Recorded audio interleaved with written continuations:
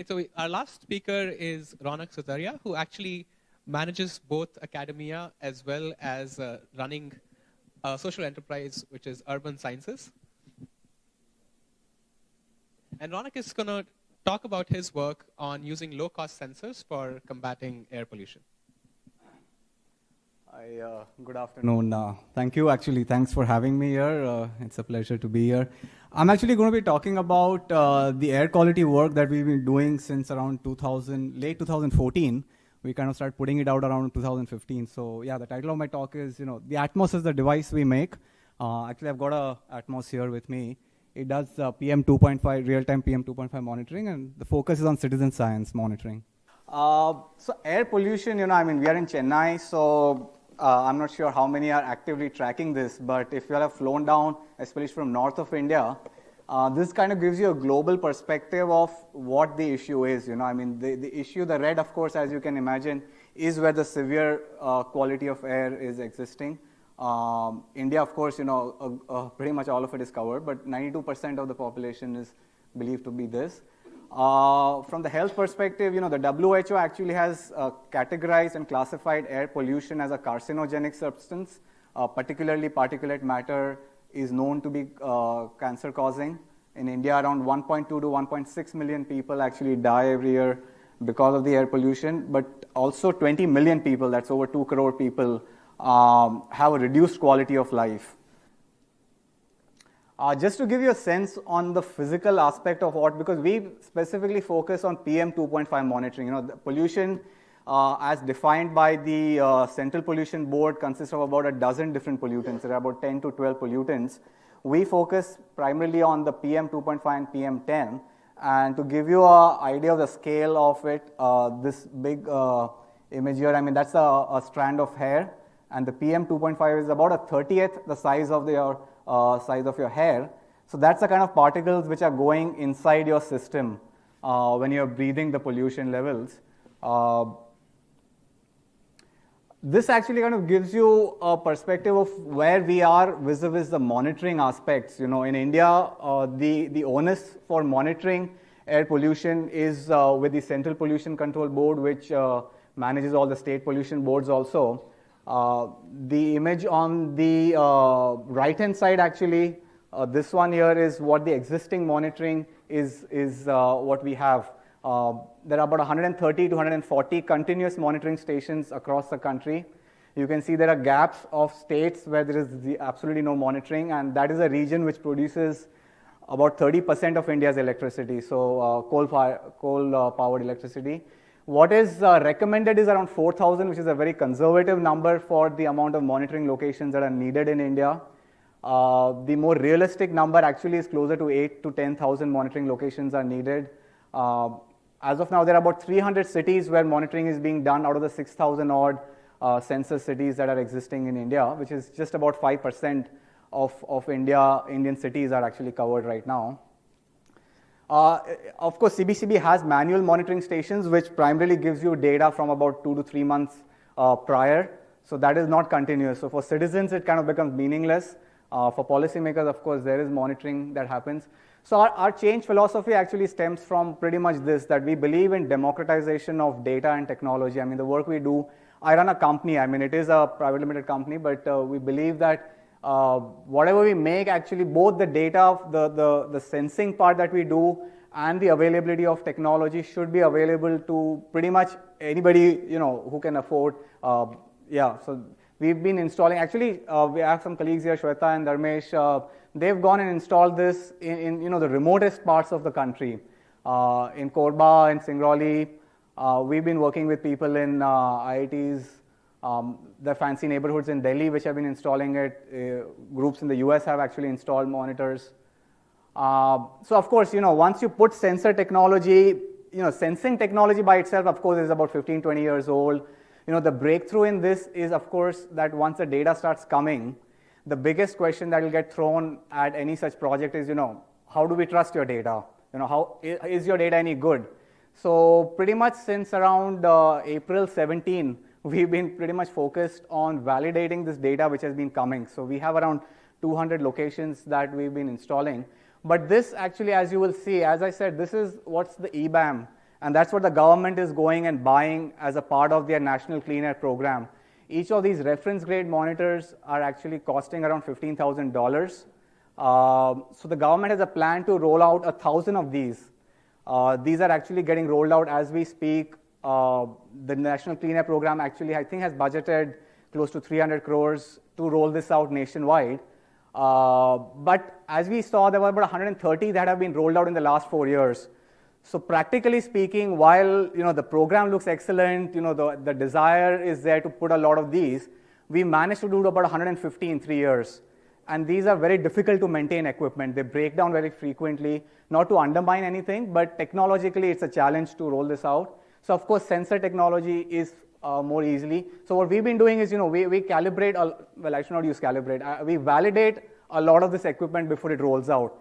The calibration is where we are, trying to work with MSR to figure that piece out. But so far, all of the equipment that we roll out is validated.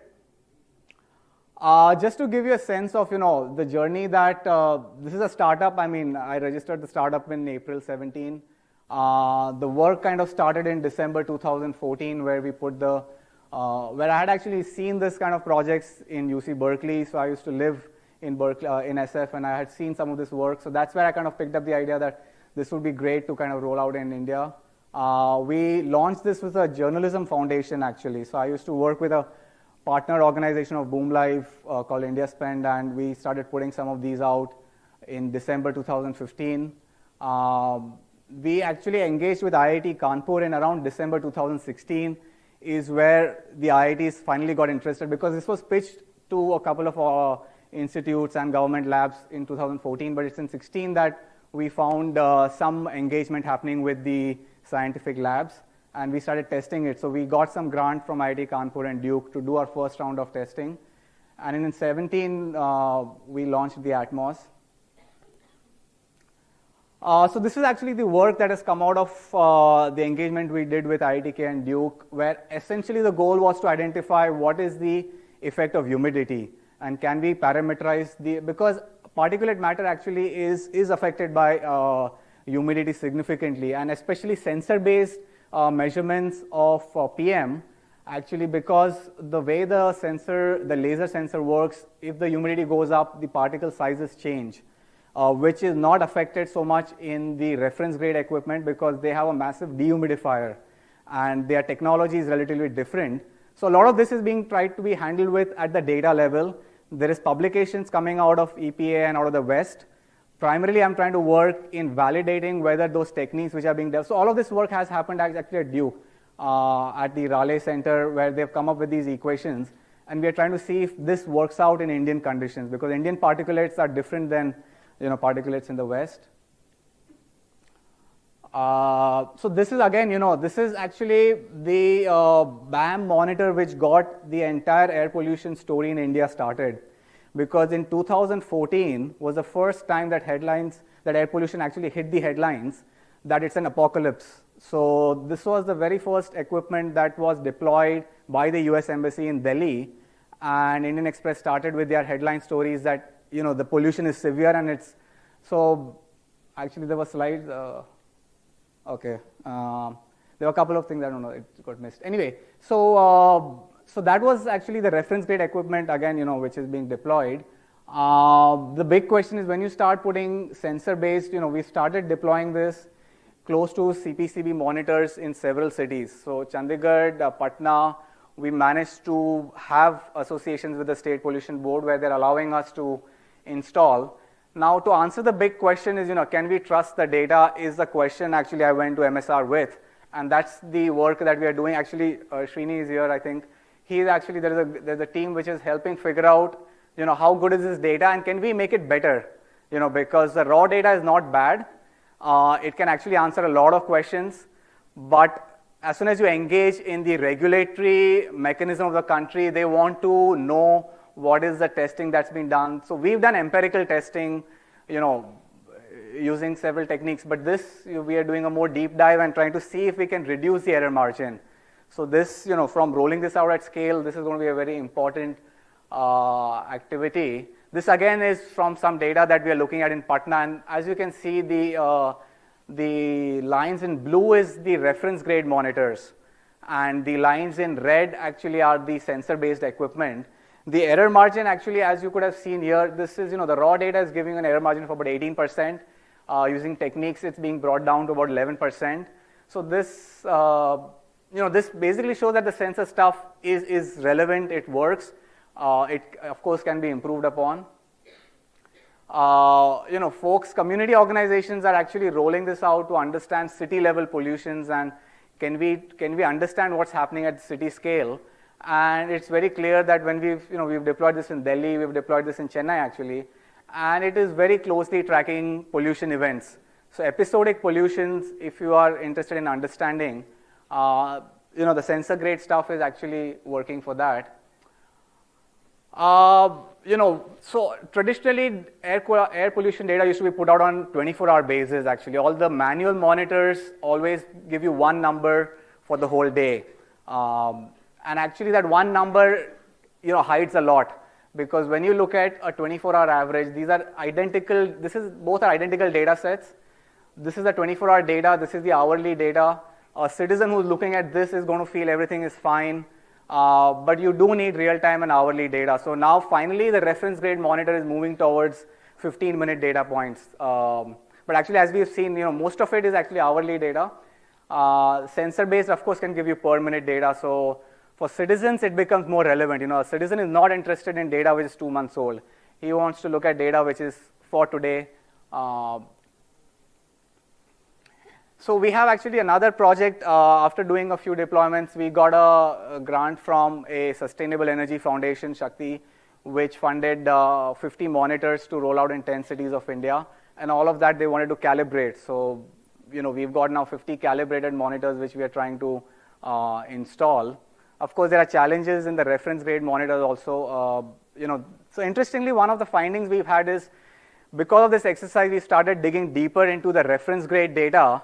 And we've found that, the reference grade data itself has challenges. It is not so easy that, even though it is FEM grade, it may be considered the, federally approved equipment. In some of the equipment, we found that there are time shifts. The clocks were not correctly configured, and the data that they are reporting is actually from data which is 3 hours ago. But because we put 2 or 3 Atmos sensors, and we saw that when we shift the data, the R-square goes to 0.95. But the default timestamps they give us is 0.6. So obviously that the data was misaligned. So there was a misconfiguration at the equipment level. But it was reference grade, so it would have never been picked up had we not done some amount of this kind of checking. To give you a sense, so this project actually has been running for about 10 months, the 10-city project. This is the kind of air quality levels that we are looking at. How many days, the numbers here are not clear, but in a city like Delhi, we've had 72% of the days in the past 2 months which have been poor. Kanpur actually has 87% of the days which have been poor. I have a monitor here. I mean, any guesses what Chennai is at right now? You guys have all just walked in from outdoors. Any number? So we were at about 30, because I've been tracking this since morning. Of course, this is an air-conditioned room, so it's going to be much cleaner. I had it running outside, and we are at 30. So in Chennai, Shweta has been tracking this data since over a year. But Chennai is fortunate, but she's still raising issues, because the WHO has said about 10, the average level of 10 is considered to be good. So if you look at the numbers that the people in these cities are breathing on an ongoing basis, so typically about 250 on a 24-hour basis is considered to be extremely severe for even healthy people. And we are having days and days of severe levels. And this is just because we ran a 10-city project that we are trying to get this information. Ideally, we would like to run this in 6,000 cities. So our goal is to actually roll this out in 6,000. I don't know how many of you are tracking the air pollution news, but from the news, it looks like Delhi is the only city which actually is having an air pollution problem. When you start monitoring, you actually realize Delhi is, these are locations we've been monitoring, but Kanpur, Patna, Varanasi are far more severe. And until you don't monitor, It'll always, Delhi actually from the regulatory grade has, out of the 150, it has got 38 regulatory grade monitors. So all of the funds have actually gone to the one city, and primarily because so much monitoring is happening, there is so much reporting happening, and then there is so much mitigation funds going to the same place where the monitoring is happening. So this is kind of a, a chicken and egg problem, that until you don't monitor, you're not going to be able to reallocate your funds for mitigation to the places which need. So we've actually, Kanpur, Patna, we find the entire Indo-Gangetic belt. There are cities which are far worse than that. The interesting thing is, as soon as you do real-time data, and since we've been doing this for a while, we are finding that as soon as we put out information on Twitter, all of our data kind of, we tweet it out. We find that the time to impact, we tweet out something in the morning, it actually gets picked up by evening and it gets shown. So this actually is another thing, we've had things about news, and we are living in a time and age where there is, the editorial processes are not that long. If you're doing data at scale, you're going to see your data getting consumed literally in hours. So, and this is the reason why we want to make sure that our data is bulletproof. All the checks and balances have been ticked, because we find that as soon as you put information out, it gets picked up, and the time to. So this was actually a news story which NDTV did the day we started putting out diurnal trends, and there was a whole story done on why schools need to start late, because 7 a.m. actually is the worst time for Delhi, and schools start at 7:30 and 8. So the recommendation was that schools should start at 9:30. It's a small change, but from a health perspective, by 9:30 actually the levels almost fall down here, whereas at 7:30 you are right at the top. So there are small policy change that can be done at an individual school level. Even just people who are taking morning walks, it's not recommended to go out at 7 a.m., but that information needs to be made available. This is just actually last 3 days, I just searched for air pollution stories. And the amount, this is actually a story again which Dharmesh and Shweta have worked on. The center actually a week ago rolled out the National Clean Air Program. WHO has just put out a story where they are saying that along with the greenhouse gas emissions, climate change was always a top issue. Air pollution is now one of the 10 global threats that they're perceiving. You guys actually MSR is in Bangalore, but pollution is in Bangalore is expected to go up by 74%. So good luck to everybody living in Bangalore. But it's 2030 and we are in 2019, so maybe there's something that we should start doing. Coming to the technology side, I have a technology background. I have a computer science background. So there is a project which DST has rolled out along with Intel and IUSSTF, and I'm part of it. This project actually has been, it's come to IIT Kanpur, and then IIT-B and IISc are also part of it.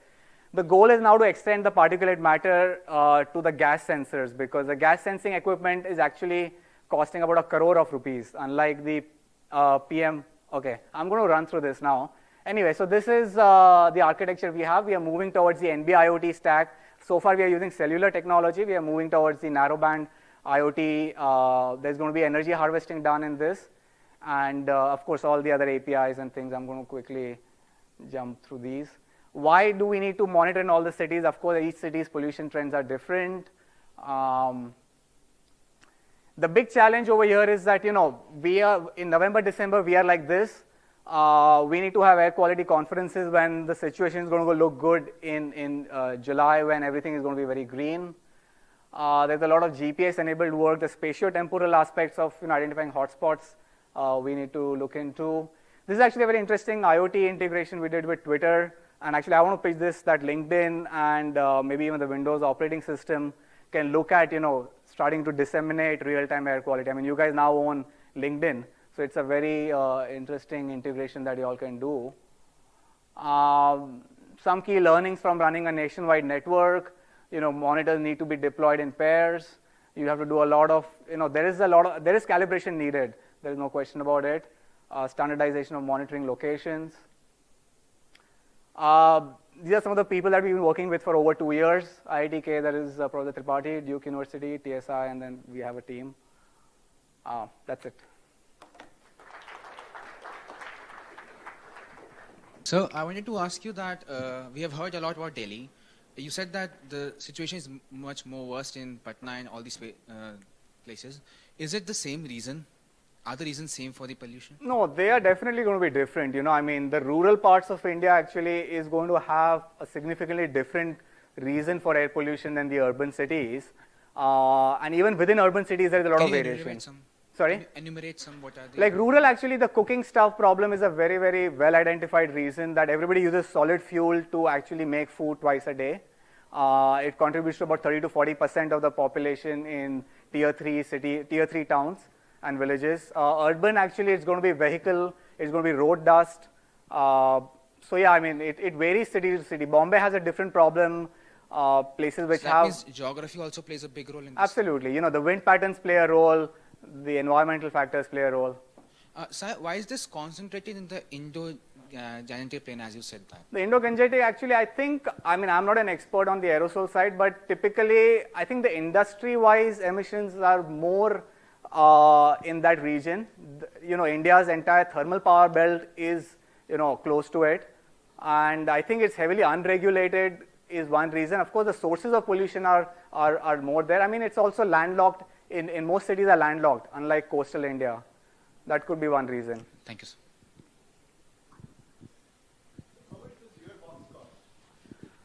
Well, so it all depends on how many we put out at a time. But typically, these are between about $250 to $300. So that's about 20,000 rupees. So I'm curious about interventions. So I wonder whether if school starts at 9:30 and all the buses start going at 9:30, then maybe the pollution will be high at 9:30 also, right?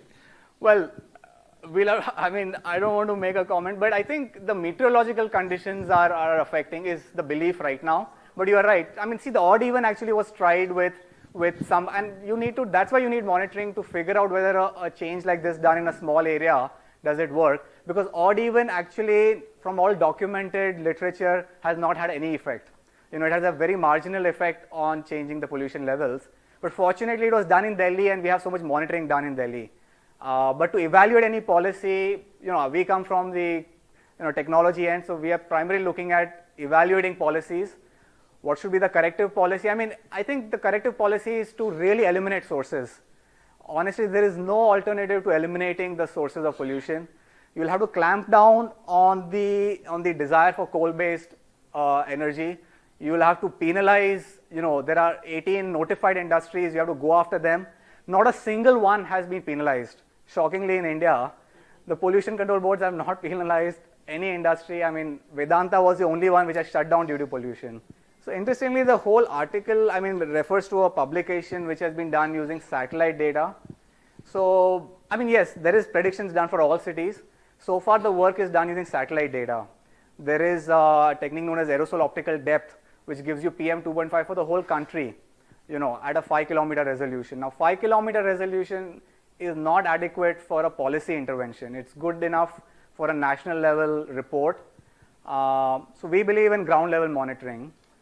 So there isn't, those numbers are based on, the satellite data has about 100 to 200% error margin. So, but yeah, I mean, that reports are available. I can share those links with you. They are not my reports. They're publicly. All urban cities are undergoing massive pollution spikes. That is what is expected by 2030.